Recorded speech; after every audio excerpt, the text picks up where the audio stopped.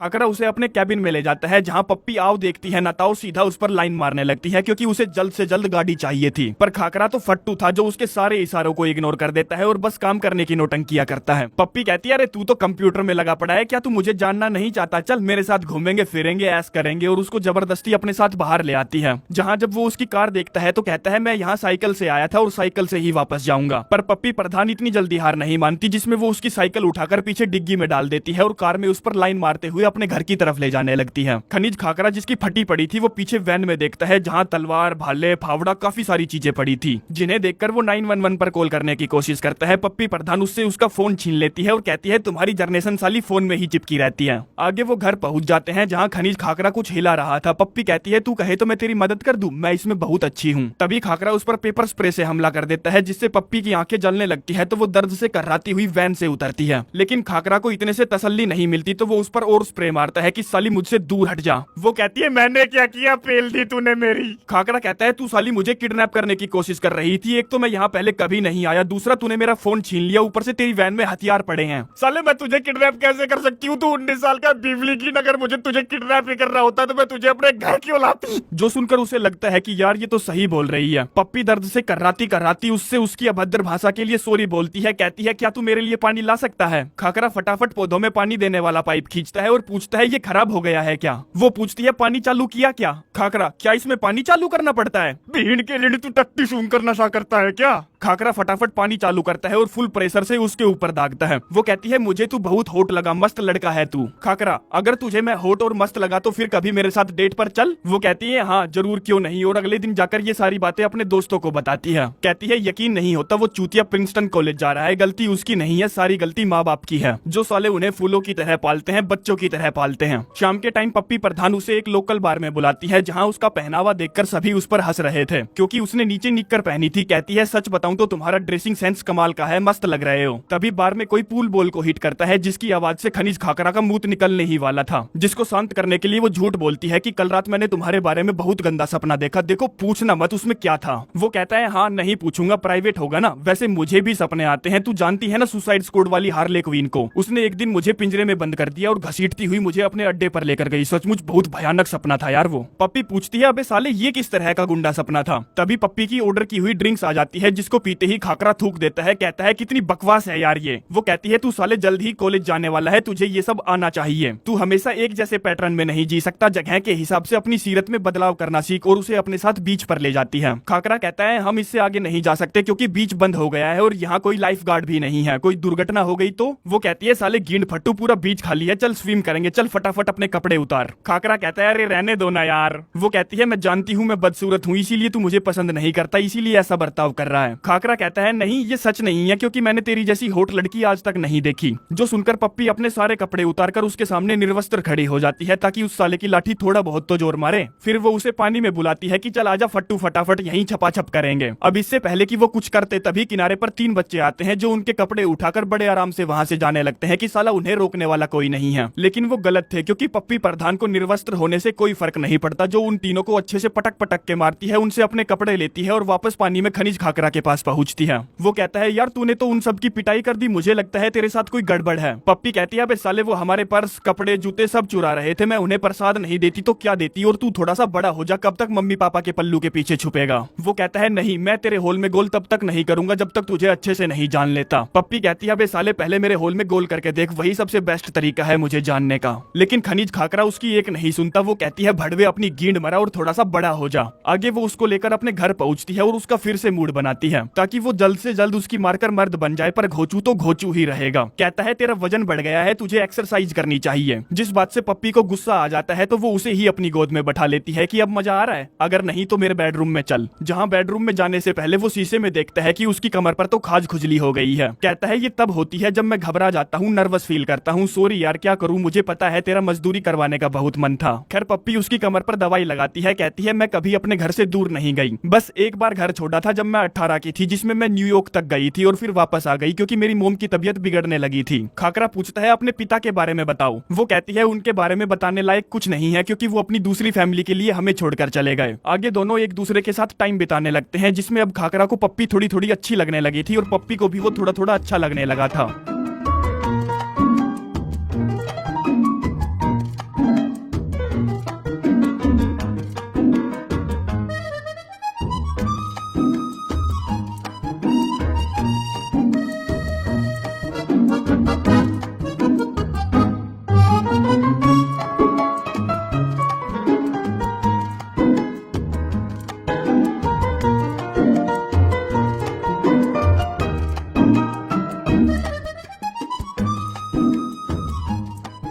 रात वो दोनों महंगे से होटल में डिनर करने जाते हैं, जहाँ रखे पियानो पर जब पप्पी प्रधान की नजर पड़ती है तो वो खाकरा से कहती है जाकर बजा उसे, जिस पर पहले तो उसकी फटती है, परंतु पप्पी जब उससे कहती है साले ये सोच कि यहाँ पर कोई नहीं है, तू अपने कमरे में बैठकर बजा रहा है। खाकरा डरा डरा सा पियानो के पास जाता है और उसकी बहुत अच्छे से लगाम खींचता है।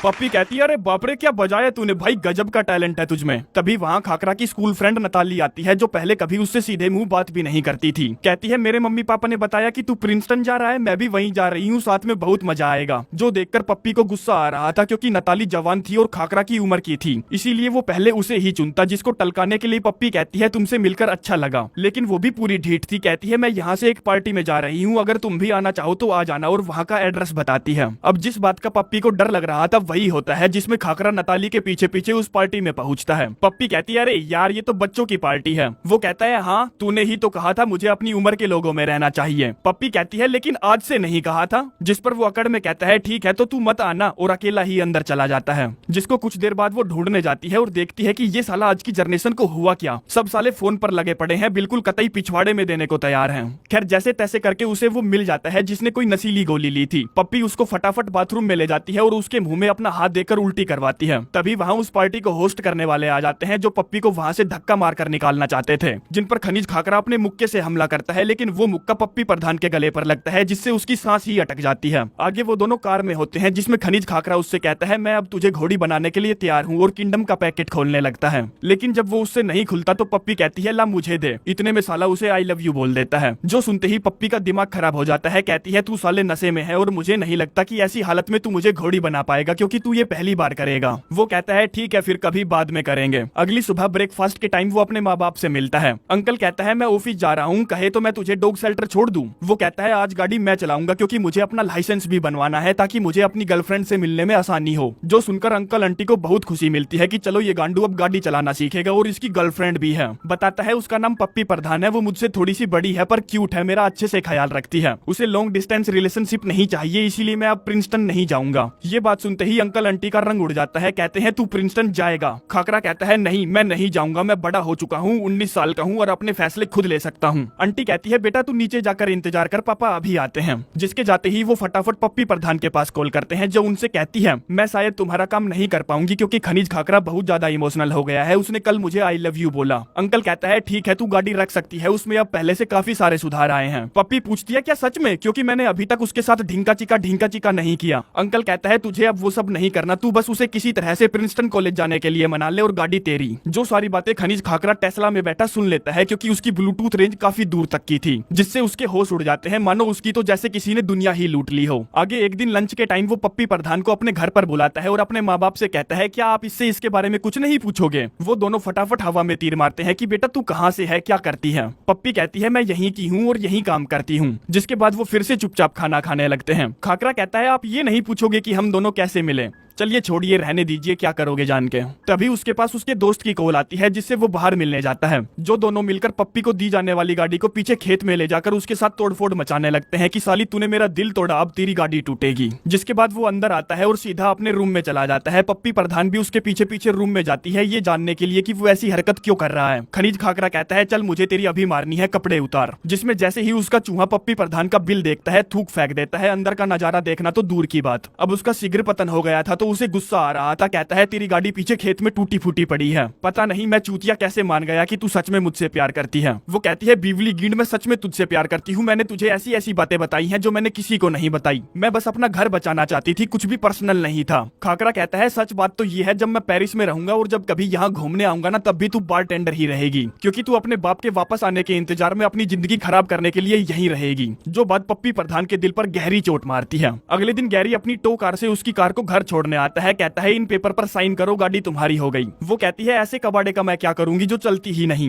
गैरी कहता है किसने कहा नहीं चलती, ये सालों साल चलती रहेगी। वहीं खनिज खाकरा अपने माँ बाप की क्लास ले रहा था, पूछता है और क्या क्या है जो आप मेरे लिए करते आ रहे हो, सच सच बताओ। वो कहते हैं नहीं हम कुछ भी तो नहीं करते तुम्हारे लिए। खाकरा कहता है देखिए अब सब खत्म, आप मुझे अब और ट्रैक नहीं कर सकते, मैं अपने सारे पासवर्ड बदल रहा हूँ क्योंकि मैं जानता हूँ आप लोग मदद करना चाहते हो पर कर नहीं रहे हो। आप मुझे मेरे दम पर पास और फेल होने दो ताकि मैं जिंदगी का स्वाद चख सकूं। उधर पप्पी प्रधान कबाड़ा कार को ही टैक्सी में चलाने लगती है, जिसके साथ साथ वो अपनी बार टेंडर की जॉब भी करती है और इस सीजन के खत्म होने से पहले वो अपना घर का टैक्स भर देती है। जिसका जब वो अपने दोस्तों के साथ सेलिब्रेशन कर रही थी तब सारा कहती है कि हम यहाँ से फ्लोरिडा जा रहे हैं क्योंकि हम यहाँ कब तक भाड़े पर रहेंगे जो कि बहुत महंगा है। जो सुनकर पप्पी को झटका सा लगता है। सारा कहती है वैसे तू यहाँ क्या कर रही है, कब तक ये टैक्सी चलाएगी, कब तक बार टेंडर का काम करेगी। अपनी माँ का घर तो तूने बचा लिया पर तू खुश नहीं है और तेरी माँ तुझे खुश देखना चाहती थी। आगे वो अपनी गाड़ी को नई नवेली दुल्हन जैसी करवा लेती है, जहाँ उसकी नजर गैरी पर पड़ती है जो कि एक अच्छा आदमी था तो वो उसे गले से लगा लेती है। जिसके बाद वो खनिज खाकरा को पटाने जाती है जो कि अभी भी उससे गुस्सा था और पटने का नाम ही नहीं ले रहा था, जिसमें वो उसकी गाड़ी के सामने लटक जाती है। खाकरा कहता है हट जा वरना मैं गाड़ी चला दूंगा, लेकिन वो नहीं हटती। खाकरा गाड़ी चलाने लगता है और कच्चे रास्ते से होता हुआ बीच की तरफ जाने लगता है जहाँ कोई बारबेक्यू बना रहा था तो उसके अंगारे पप्पी प्रधान की पीठ पर आकर गिरते हैं, जिससे उसके कपड़ों में आग लग जाती है।